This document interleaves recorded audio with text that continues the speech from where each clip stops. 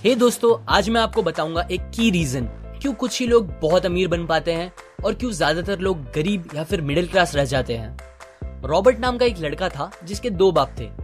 अब आप कुछ गलत मत समझिए, पहला उसका खुद का था पर दूसरा उसके दोस्त का बाप था जिसे वो अपना मुंह बोला बाप मानता था। पहले वाले ने पीएचडी की थी पर दूसरे ने कभी 8th भी पास नहीं की थी।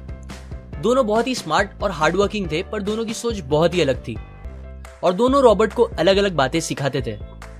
पहला बाप बोलता था कि पैसा सारे फसाद की जड़ है, पर दूसरा बोलता था कि पैसा ना होना सारे फसाद की जड़ है।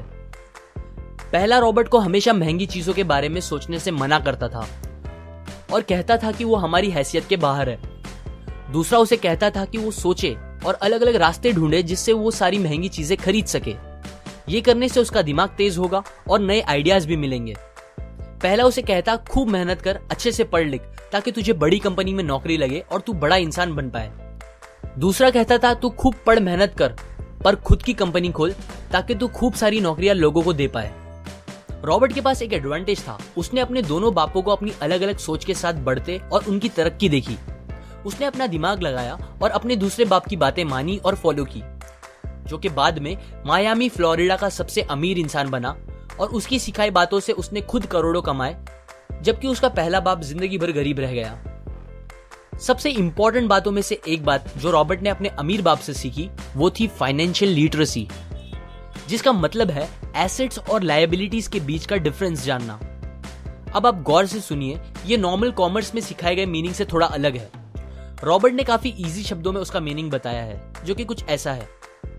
एसेट्स कोई भी वो चीज होती है जो आपको पैसे बना के दे या फिर आपके जेब में पैसे डाले, और लायबिलिटीज वो चीजें होती है जो आपके जेब से पैसे ले ले या आपके पैसे खत्म करे। अमीर लोग इसीलिए अमीर होते हैं बिकॉज वो अपने एसेट्स बनाते हैं, जबकि मिडिल क्लास लोग बस लायबिलिटीज पे खर्च करते हैं। मिसाल के तौर पर रमेश और सुरेश नाम के दो दोस्त थे। दोनों सेम पोजीशन और सेम सैलरी पे काम करते थे।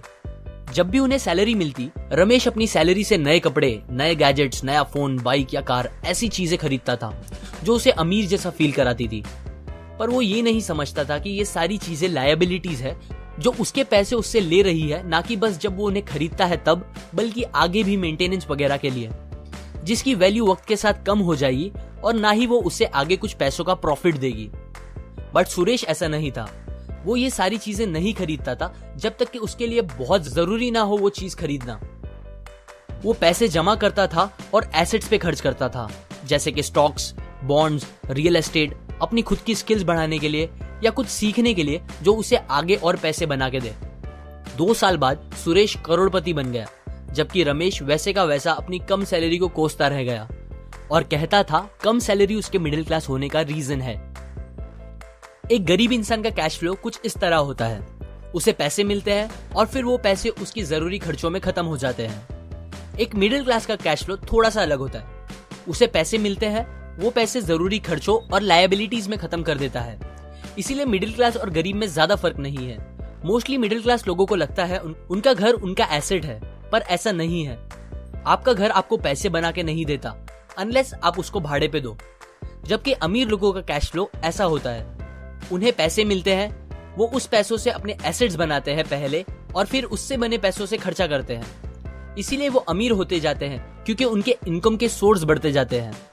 अगर आपको अमीर बनना है तो ये बात याद रखिए अच्छे से।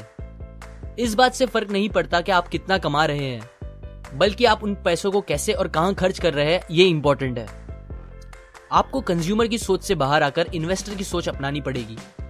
लोग कंप्लेन करते हैं उनकी खराब कंडीशन का रीजन उनकी कम सैलरी है और सैलरी बढ़ेगी तो वो आराम से रहेंगे, पर प्रॉब्लम ये है कि इनकम बढ़ने के बाद लोगों के खर्चे ज्यादा बढ़ जाते हैं, क्योंकि ज्यादा पैसे ज्यादा अच्छी चीजें खरीदने पे मजबूर करता है, जैसे कि एक बेहतर फोन, कार, घर, जो कि सब फिर से बस लायबिलिटीज है जो आपको कभी अमीर बनने नहीं देगी।